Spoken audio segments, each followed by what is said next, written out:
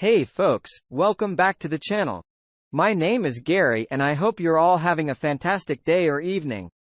Wherever you are in today's story, Opie was married to his wife for 26 years and found out his wife cheated on him after his 3 kids revealed to him that his wife was out at a bar, then drove to the place his wife was at and saw her with the affair partner in his car doing. You know what? P then beat the affair partner and got arrested, but it was worth it in the end. Now his wife is begging for mercy. Let's get into today's story. My name is Hector and I'm a 47-year-old Puerto Rican. My soon-to-be ex-wife, Debbie, and I were married for 26 years and were together for 30. We got married our senior year in high school when she got pregnant with our firstborn. I was lucky enough to get a job at UPS right after graduation. She's from a traditional Irish family and they hated me at first, but I won them over by the time we were 27 years old. We had 5 kids, 4 girls and a boy. I was just fortunate that the boy came out first. We had our arguments over money, discipline methods and me complaining about the lack of sex. I understood that we had 5 children and they could be very exhausting to take care of. As the years went by, we were the only married couple in our friend group. Every last one of them got divorced. Out of our 7 married couple friends, 5 divorces were caused by infidelity on the wife's part. 1 on the husband's part, and the last one they divorced because she friend-zoned her husband. I wasn't against my wife hanging out with her newly single friends. However, that would just start a massive argument about me controlling her, keeping her as a prisoner and my personal living sex doll. All of that caught me by surprise. The more she hung out with them, the more resentful she became. The kids took notice. I remembered my son and 2 of my daughters arguing with her when I came home. And as much as I understood their frustration, I scolded my kids for yelling at their mother. And when they left the room, I confirmed their issue and she told me that we see her as a slave. I asked her where this was coming from, but she said, "Forget it," shut down and walked away. I remember Discovery Day so vividly. Debbie was out with her friends. I was in the kitchen cooking, the kids were watching Train to Busan and my 3 oldest came to the kitchen. I thought they came to check on the food, but they all had a concern to look before I asked, what was the issue? My son told me that they think their mother was having an affair. Of course, at first I didn't believe it. I didn't want to believe it. I yelled at them and told them I was going to prove they were wrong. I turned on the "Where's My iPhone" app and saw that she was at a bar on the outskirts of town.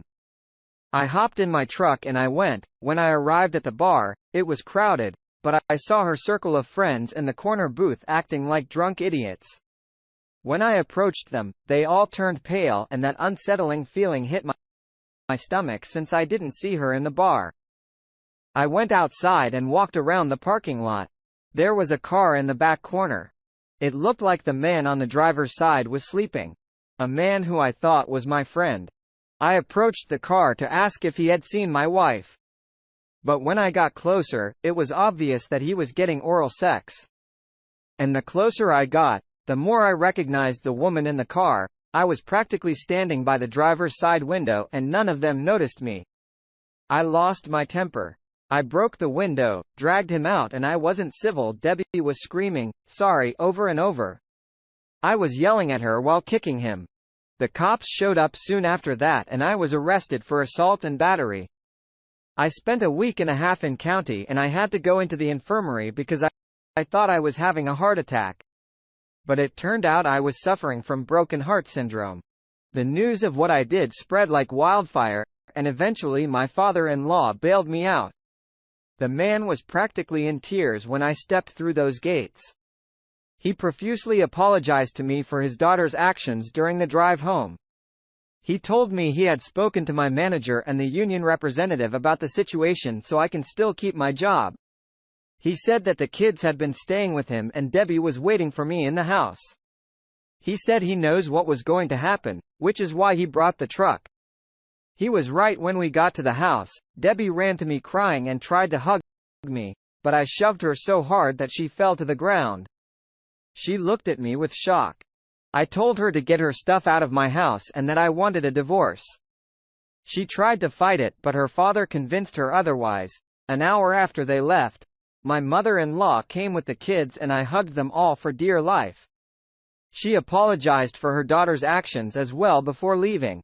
Now in my state, there's a mandatory couples counseling before granting a divorce, which in my opinion is complete BS because I don't understand why I have to go to counseling if she cheated at the beginning of the sessions.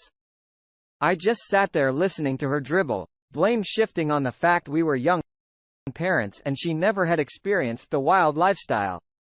She got lost in it and her friends encouraged her soon. She felt like she was missing something and she started to fling the counselor. Tried a few times to make it my fault. They told me that I should have allowed her to spread her wings every once in a while and that I needed to see it from her point of view. I just looked at the woman and asked the counselor if she was smoking crack.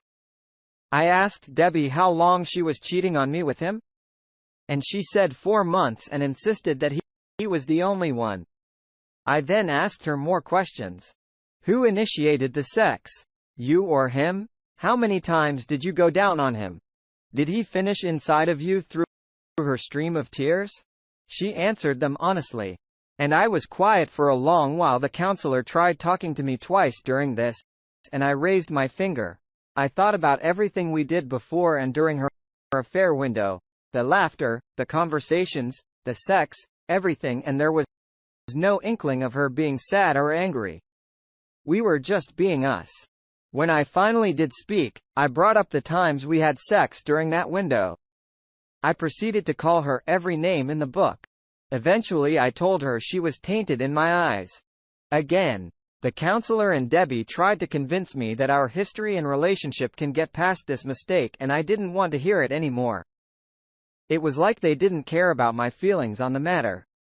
It was just about forgiving her and what I can do to get over it and apologize to her for making her feel like a servant.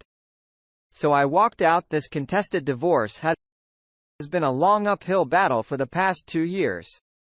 Debbie is still trying to make things right and still trying to get us back together. I don't know why, because our conversations are strictly about the kids. And when she tried to talk to me about something else, I would hang up on her. Her family gatherings are consisted of me avoiding her or not showing up at all. Our oldest children refused to talk to her. I tried to make them spend time with their mom, but they refuse, and I have chosen to respect that. My in-laws are at my house weekly and I know they have been trying to make their daughter give me my divorce. But that has been a bust. My mother-in-law has been especially harsh on her, calling her a dumb rat, gossiping about her to her congregation. I had to ask her to stop because I didn't want the whole town to know about our business. During the first year, my son and daughter created a Tinder account for me. I thought it was dumb because I'm a middle-aged man with 5 children who has a dad bod yet. I have been on over a dozen very successful dates that have been a real confidence booster. Recently, I met someone during my court-issued community service. Her name is Isabel and she was our Habitat for Humanity supervisor. She's dropped dead gorgeous and won first place for a Vanessa Marshall look-alike contest at a soap opera convention. She and her daughter attended. That's how we started talking. My daughters love watching General Hospital and I sat with them. To me, this is one of the few times I get to spend with them. I introduced her to my kids 6 months in and they instantly took a shine to her, to make things really awkward. My son and her daughter appear to really like each other. However, Debbie is not letting go. She actually told our youngest 2 children that eventually we will get back together. I had to tell her to stop telling them this. Her father is trying to make her go see a therapist, but I just want this over already. I don't regret my years with Debbie. I have 5 wonderful kids with her. I manned up and built a life for her. My only regret is that she ruined 26 years together on a fling. I regret that she thought she had me in a way that I was just going to let it slide and take her back. However, I do hate her when I run into her old group of friends around town. I openly call them home wreckers instead of their names. That love and respect that I had for her disappeared when I caught her in that car. She will always be the mother of my children and nothing else. I just hope that she can come to terms with that. I hope this is where updates are placed. Apologies if it's not, and apologies if this sounds incoherent. I'm tired, sitting in the hospital on my third can of Bang and waiting for my ex to be transferred into a mental hospital. Her daughter is her home, Isabella is sleeping beside me, and she hasn't left my side. My son has been with his mother after she left the surgery. His girlfriend has been by his side as well. Last weekend was the start of this nightmare. The week prior was the lead up to my in-laws' 55th wedding anniversary. And they asked me to bring Isabel since we made it official. They have kindly asked me not to bring her to functions to avoid tension, and I obliged this time. They asked if she could come for the past month. My ex has been a bit erratic. She had several physical altercations with her old friends. One of them got a broken nose, one had a busted lip, and the last one was shoved out of a Circle K each time the police were called, and considering how small our county was, they just took her to her parents' house. I tried telling my in-laws that she should be taken to the hospital for evaluation, and it blew up into a shouting match. But in the end, I conceded I should have fought harder on Saturday. We all showed up at my in-laws' anniversary party, and to me, Debbie appeared off. I pulled her to the side, and it was the first time I had actually spoken to her. I asked if she was all right, and she faked a smile trying to tell me that she was okay. But I called her out on it, and she cried a little. She told me how sorry she was.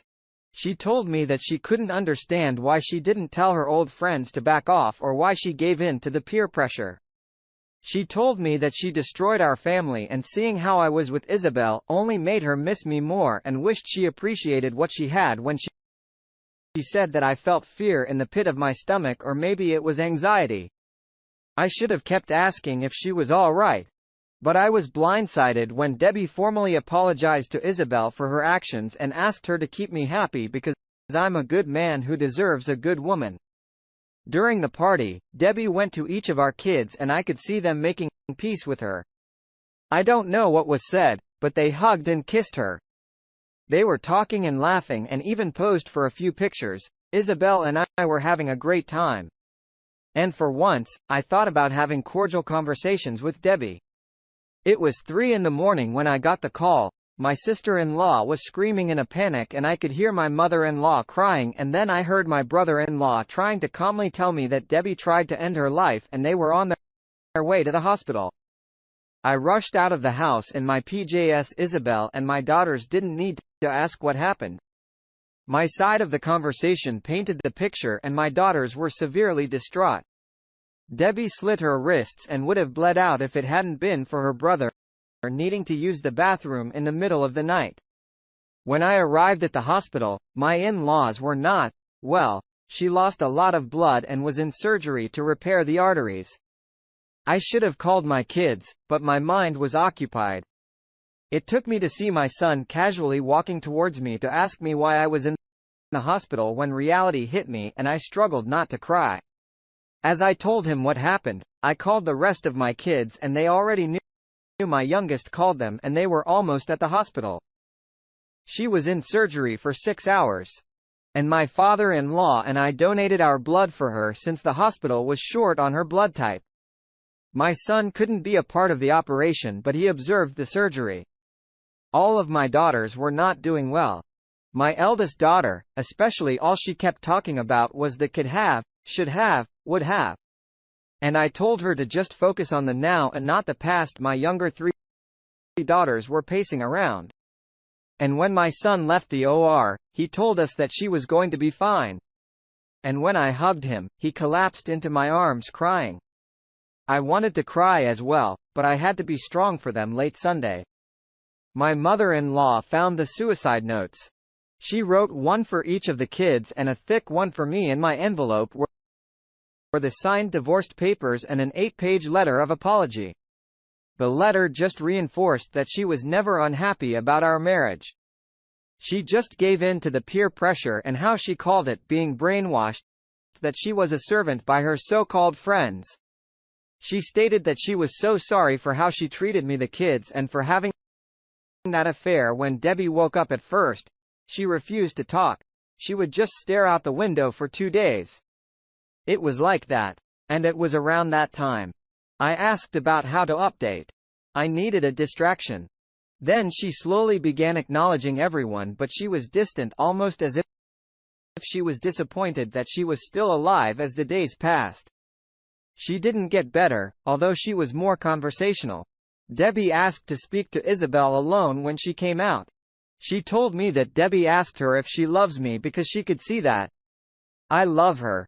Isabel told her that she did love me and told her that I was the first man she had been with since her husband died 15 years ago in Afghanistan. Debbie is going to be in a mental hospital for observation. The doctor told her parents that it could be a year, maybe 2, before she gets released. She may no longer be my wife or the woman that I devoted all my love to, but she's still the mother of my children, and I'm going to make sure she gets better for our kid Sake. Wow, what a crazy story. In my opinion, it sounds like your wife is trying to use her friends as an excuse for why she cheated on you. I'm honestly not buying it. The reason being is that she's a grown woman who can make her own decisions. If she was that easily influenced by her friends to cheat on you, then she's definitely not someone you could ever trust. A lot of things happened to your wife throughout the story that showed karma's way of serving justice. You also happen to find yourself a new woman, which is great. I would still recommend that you make sure to keep your distance from your wife, despite her trying to take her own life. However, as you mentioned, since she is the mother of your children, you will still have to have some sort of relationship with her, but keep it strictly about the kids and nothing else. This is definitely a messy situation your wife has put you in, and I hope you and your children are able to get through this.